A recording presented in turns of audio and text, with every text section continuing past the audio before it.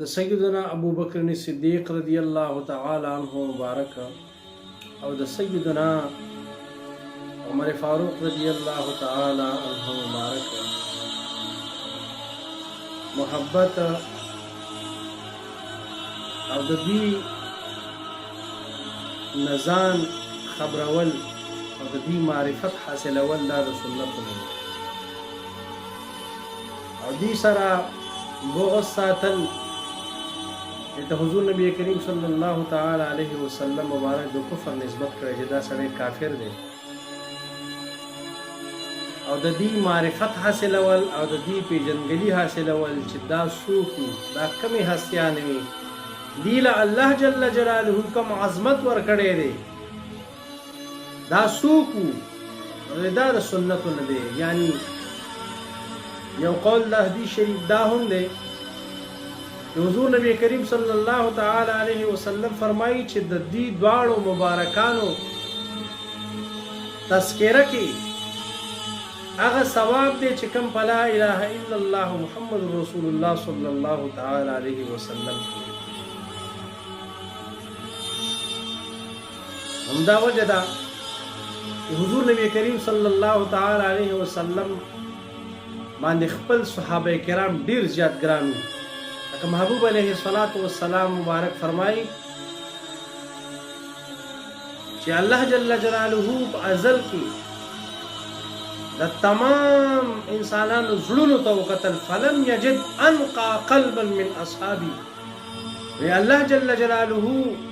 زما د صحابه کرامو نه پاک زړونه بیا پیدا نه کړ دا وجه و چې زما صحابه کرام زما لپاره چې خاص کړ د دې خاص وجه و دا ډیر زیات پاک زړونو والا خاوندان زما د صحابه کرامو په شان کې به څوک بې ادبي نه کوي او که چا بې ادبي وکړه د الله جل جلاله زما او د جمله انسانانو او د فرشتګانو لعنت دی په هغه باندې دا وجه دا چې صدیق اکبر رضی الله تعالی عنہ د انفاق په سلسله کې چې داغي مال حضور نبی کریم صلی الله تعالی علیه وسلم مبارک د خپل مال په شان ښکارېده ځکه دا مرسل روایت دی چې حضور نبی کریم صلی الله علیه وسلم مبارک په ابو بکر صدیق رضی الله تعالی عنہ مال داسې تقسیمول چې خپل مال وي كان رسول الله صلى الله عليه وسلم يقضي في مال ابي بكر كما يقضي في مال نفسه څنګه چې سړی د خپل مال قضا کوي ورکوي صرف کوي دغه رنګ د ابوبکر صدیق رضی الله تعالی عنہ مبارک دا مال به خرج کوو او ور باندې دومره ګران وو هغه مبارک باندې دومره اعتماد او باور وو همدا وجه وا چې ابن عمر رضی الله تعالی عنہما فرمایي چې صدیق اکبر رضی الله تعالی عنہ مبارک کله اسلام قبول کو نو داغه مبارک فقور کې 30,000 دینار یا درهم وي او چې کله مدینه منوره دارالهجره ته تشریف یوړو نو د 50,000 درهم نور سره کم پاتې او دا مال با صدیق اکبر رضی الله تعالی عنہ د غلامانو په آزادولو کې خرج کو او د اسلام بچ کمزې کې هم مدد ته ضرورت پیښ شو صدیق اکبر رضی الله تعالی عنہ مبارک په خپل مال خرج کو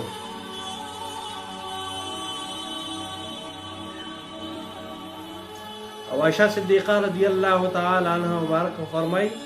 ان ابا بکر ناطق 7 كلهم يعذب في الله یو کسان صدیق اکبر رضی الله تعالی عنہ مبارک دا سه عذاب کړو چې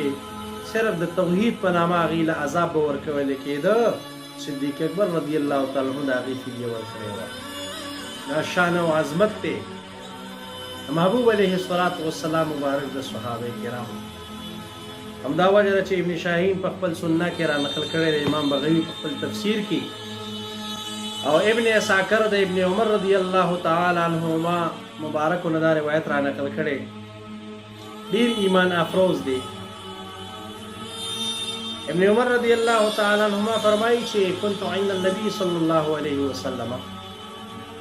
ویزه محبوب علیه الصلاۃ والسلام مبارک سره وما وسګورما وعنده ابو بکر الصدیق رضی الله تعالی عنہ او صدیق اکبر رضی الله تعالی عنہ مبارک سره ناس تشریف فرمایي او صدیق اکبر رضی الله تعالی عنہ داسې ابا چولې دا داسې خرقه چولې دا قد خللها فی صدره بخلال چې هغه ډېر کمزورې ابا ده جبريل امين عليه السلام الله جل جلاله دي وقت را نازل کړ فقال يا محمد ما لي ارى ابا بكر عليه اباءة قد خللها في صدره بخلال یا زه پدې چې دې شلیدلې راوړل کمزور لباس دی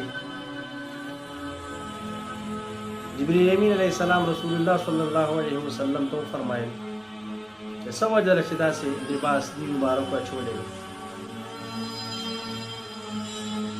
فقال يا جبريل انفق ماله علي قبل الفتح اذا فتح نوړاندې صدیق اکبر رضی الله تعالی عنہ جمله مال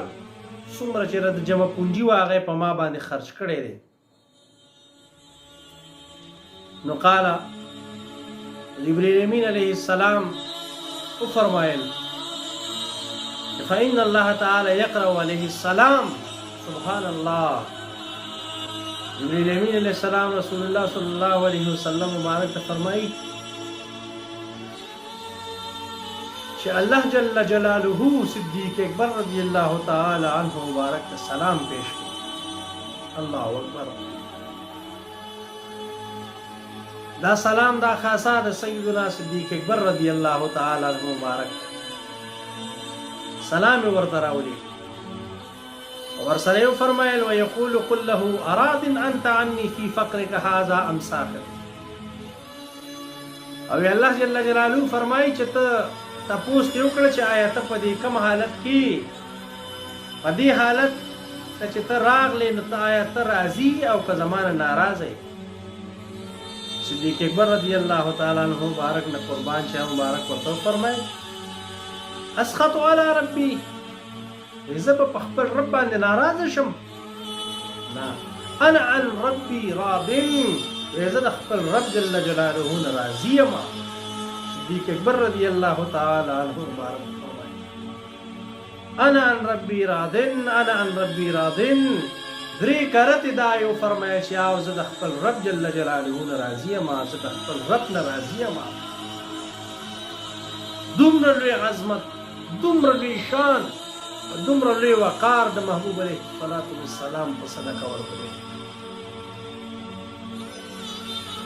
همدا وجه ده یو بل روایت هم دې سره مناسب دی ابن عباس رضی الله تعالی عنہما مبارک نه دا روایت را نقل دی چې جبرئیل امین علیه السلام د رسول الله صلی الله علیه وسلم مجلس ته راکوش او دغه مجلس کې صدیق اکبر رضی الله تعالی عنہ مبارک ناشته او د ټاټ لباس یې چولې صدیق اکبر رضی الله تعالی عنہ دغه لباس محبوب علیه الصلاۃ والسلام وکړو وسګور چې جبرئیل امین علیه السلام مبارک تشریف راوړ هغه دغه ټاټ لباس چولې محبوب علیه الصلاۃ والسلام ورته فرمایل چې دا سوجرتا لباس اغوندې او مبارک ورته فرمایل چې صدیق اکبر رضی الله تعالی عنہ دا کوم لباس چولې دی دا الله ته دومره ګران شو چې جمله فرشتو ته دا حکم وکړ چې تاسو ټول دغه ټاټ دغه لباس واغوندئ سبحان الله دا عظمت شان دا مقام دی صدیق اکبر رضی الله تعالی عنہ مبارک او صدیق اکبر رضی الله تعالی عنہ مبارک عظمت او شان خدا دین هم ظاهریږي ابي سعید خدری رضی الله تعالی عنہ مبارک فرمایي چې رسول الله صلی الله علیه وسلم مبارک خلق پر خطبه ورکړه د علم د صدیق اکبر رضی الله تعالی عنہ اندازه تاسو دینه لګولې شي چې خطبه دوران کې محبوب علیه الصلاۃ والسلام فرمایل چې ان الله تبارک وتعالى خير عبدا بين الدنيا وبين ما عنده، چې الله جل جلاله یو بنده له اختیار ورکړ د دنیا وبين ما عنده او سچ داغه پنيز دي، اختیار ورکړ چې کم یو ځای ځان له خوښي، فاختار ذلك العبد ما عند الله، نو دنیا کې چې سدي هغه خوښ نه ک بلکې الله جل جلاله په نيت چې سدي هغه دی بنده خوښ، چې دا خبره یو کا صحابه کرام جرمت ته عمر فاروق رضی الله تعالی عنہ جمله صحابه کرام تشریف فرما دي،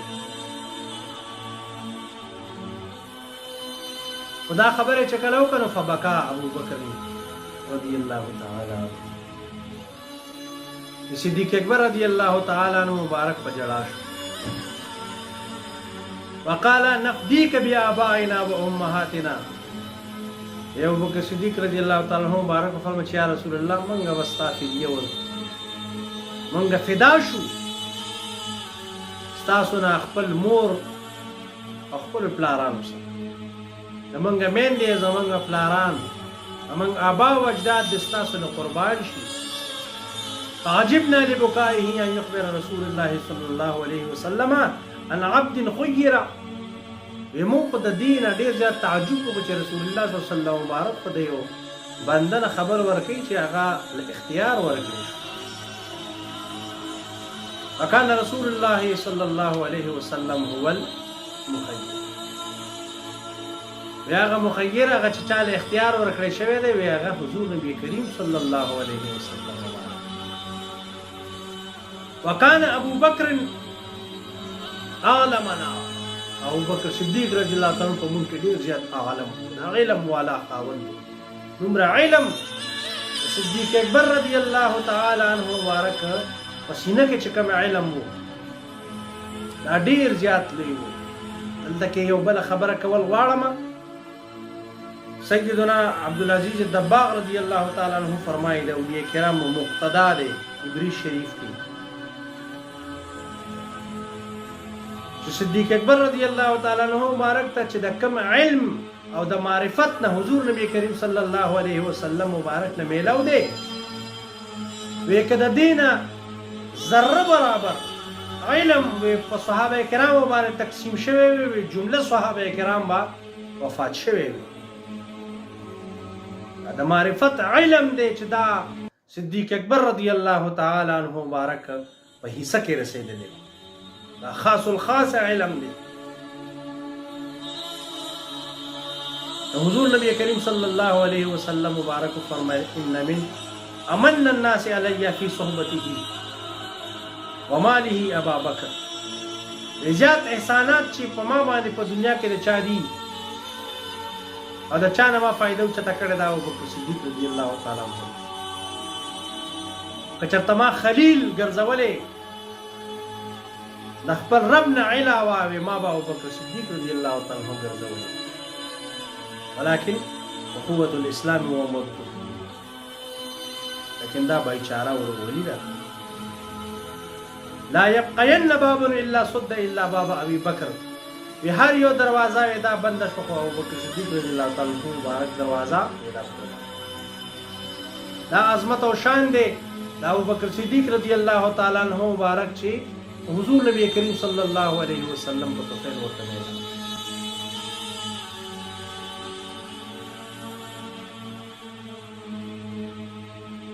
او صدیق اکبر رضی الله تعالی عنہ مبارک لخصوصی علم چې د حضور نبی کریم صلی الله تعالی علیه وسلم مبارک نو ورته میلاو شوی هغه علم الرؤیا او د خوبونو تعبیر چې کوم علم دی، او حضور صلی الله علیه وسلم مبارک خپل فرمایل وی ما ته دا حکم شوی دی چې دا علم ابو بکر صدیق رضی الله تعالی عنہ مبارک ته خاص علم او داسې شان الله جل جلاله ورله ورکړی دی چې د هغه خطا هم خدای پاک ته ناګوار ده، لکه رسول الله صلی الله علیه وسلم فرمایل سهل بن سعد الساعدی رضی الله تعالی عنہ دا روایت را نقل دی، محبوب علیہ الصلوۃ والسلام او فرمایل ان الله یکره ان یخطأ ابو بکر چې دا خدای پاک دام خوښه نه چې ابو بکر صدیق رضی الله تعالی عنہ مبارک کې خطا وکړي. سبحان الله. یعنی ابو بکر صدیق رضی الله تعالی په هر معاملې کې مصیب په حق باندې دی. دا شان دی. همدا وجه ده چې افضلیت د صحابه کرامو کې اجماع را نقل شوی ده چې اجمع اهل السنه ان افضل الناس بعد رسول الله صلى الله عليه وسلم ابو بكر ثم عمر ثم عثمان ثم علي ثم سائر العشيره ثم باقي اهل البدر ثم باقي اهل احد.